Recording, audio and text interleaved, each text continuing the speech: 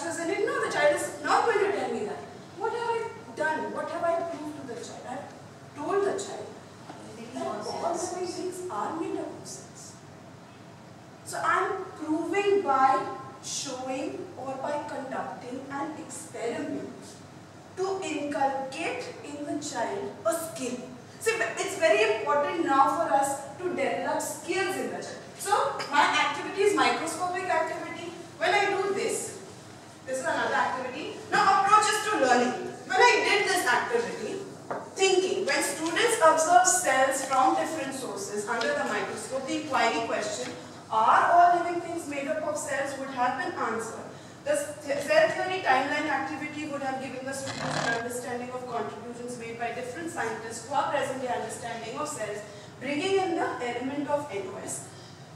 And the child, when he sees it under the microscope, by doing this activity, is collecting data to show how people have contributed to our present day understanding of cells. Am I not bringing in NOS also there? What is NOS? The overarching theme of a subtopic. So I am trying to explain to the child that my present day understanding of cells is not one person's contribution. Science is not one man's job. It is a contribution made by so many people working in different areas, coming together to our present day understanding of what a cell is.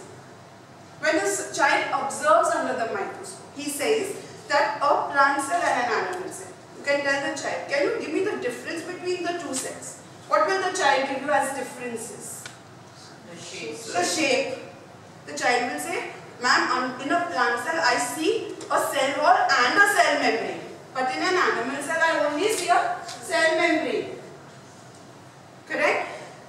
That's an observation.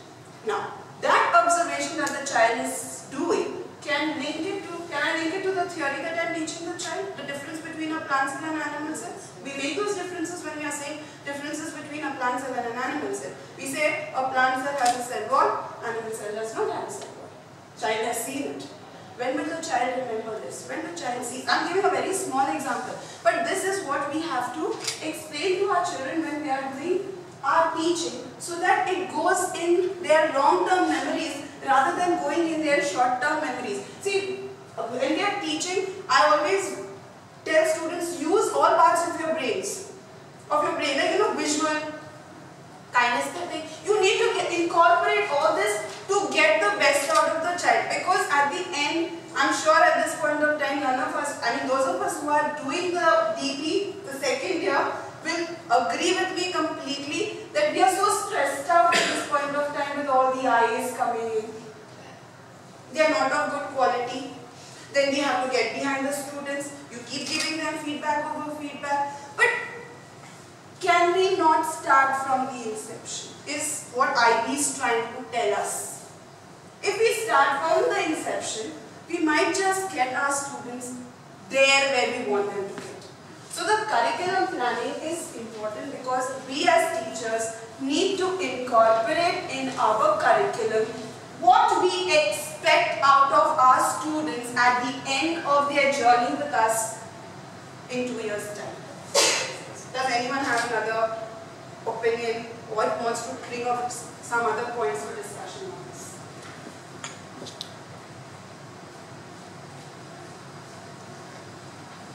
So?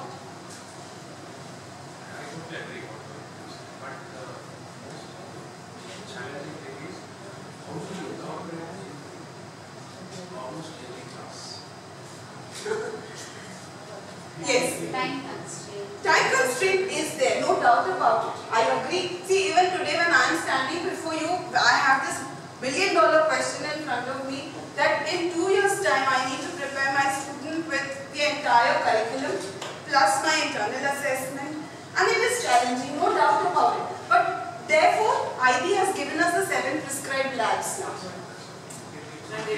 It's a wonderful thing that IB has done for us. They have given us 7 prescribed labs. Now what IB wants us to do is at least work on those 7 prescribed labs to get the skills incorporated into the students.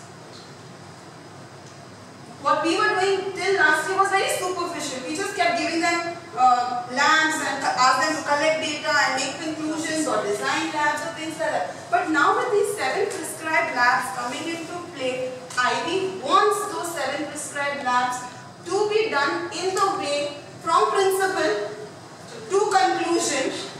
Whatever is required has to be done with the student. And in that way, like if you look at all the 7 prescribed labs, I think they are incorporating topic 1, we are doing topic 2, we are doing topic 3, no, we don't do topic 3, we do topic 4, we are doing photosynthesis, respiration, ventilation. So, most important and easy concepts are being taken care of in those 7 prescribed labs. So, approaches to teaching and learning is this. And this is what needs to get incorporated in your unit plans. We are not, IB doesn't say put a lot of activities. Put some activities to enable the child to understand the concepts better. This is what IB wants us to do. Is that? Yeah, I had one more point about the thing that we always think about time constraint. But actually, though this seems to be time consuming, the long-term effect is so much that it's worth that time. What I meant is with that, other than having to do several classes with more and more explanation, when we've done the experiment, it gets there. It gets there, yeah, that's precisely. I mean, if you have done osmosis and you've done active transfer, and I'll tell you nowadays there are lots of virtual labs available. Yeah. Lots of virtual labs. So actually you don't really need to set up a lab. Gone are those days where we had to, struggle with putting things in place. You have a virtual lab, you ask the student to do a virtual lab. And the student understands. And the virtual lab need not be done within the classroom. You could give it as an assessment at home. Let the child do it at home. Come and discuss in class. So each one has his or her share of ideas. We are sharing it with the group students, peers. Another learning has happened because each one's understanding is so much more different. So there are various ways. This is what, as many a times, there was a workshop in our school wherein this web teaching was being discussed. And what I liked about it is, it's not that everything is done on the web, but what teachers do is, they ask the student, okay, tomorrow I have a class. I post my video for that class. Like suppose I want to teach an active transport. So I post the video for active transport on that. They have this sharing site where the student, it's a platform where students and teachers can both interact with one another. And once that video is uploaded onto that site, the student goes home. It's a homework for the child. You are supposed to go over the animation for active transport. Tomorrow we are going to have a discussion. Teacher doesn't say I'm going to teach. I'm going to have a discussion. So in this way, a lot of work can get done. And it's putting the onus on the student. See, we also need, when you're talking about self-management skills, that's where your self-management skills begin to get developed. Put the onus on the student. In our scenario, what we see is, we take the responsibility. Because it's not wrong to do it. But when are the children going to learn the right way of working? We want to do everything for them. But no, they also want to learn, they also want to develop. So we need to give them that platform to learn. And I'm telling you, if you ask them to come and stand and tell you things, they are most happy to do it. Because it's showing their understanding. So that way, many of these countries which have adopted to web teaching are saving time of teaching because they are uploading material on the teaching podium that they have in their schools, and they are just going ahead with the curriculum, which actually makes a lot of sense. Is that right or wrong? What do you feel? Is it right? And we can do this, right? Only that we don't adopt certain policies, or we don't want to change our monotonous way of teaching. We still like the way that I come into the class, I teach my students, I feel confident now my student has understood everything. But this is if you do it the other way around and you take up an assessment, still learning has happened. And if you feel that the child has not understood, then you may go back and teach. So that is again a cycle now. That is again a part of your ATS. Your approaches to teaching and learning. They say you teach, you assess, you reflect. If you look at your unit planner, at the end of your unit planner, there is a huge box for reflections. What is that box meant for? What you have obtained at of your lesson. What was your central idea? What was your inquiry question? What was your essential understanding? You had framed questions. You did certain activities. There were certain learning outcomes. From those learning outcomes, you had certain formative assessments.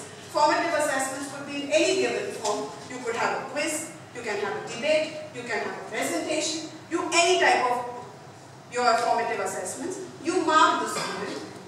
If the student has performed well, all your ideas have got transferred and the child has understood the concept.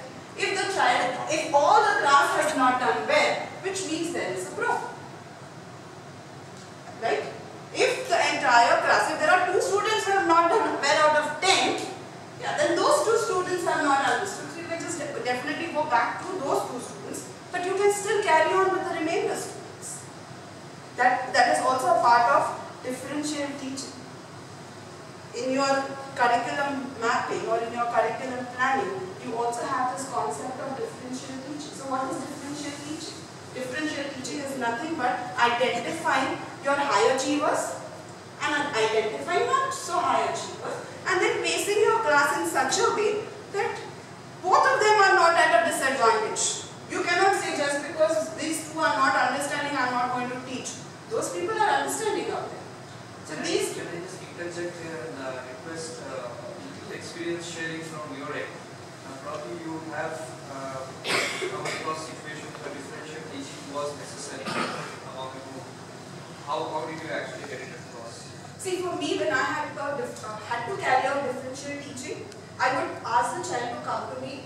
I looked at his free time or her free time and my free time. Not within the... No, not within. It's very difficult to do it within the time frame. It's not possible. You will have to carry out differential teaching at a different level altogether.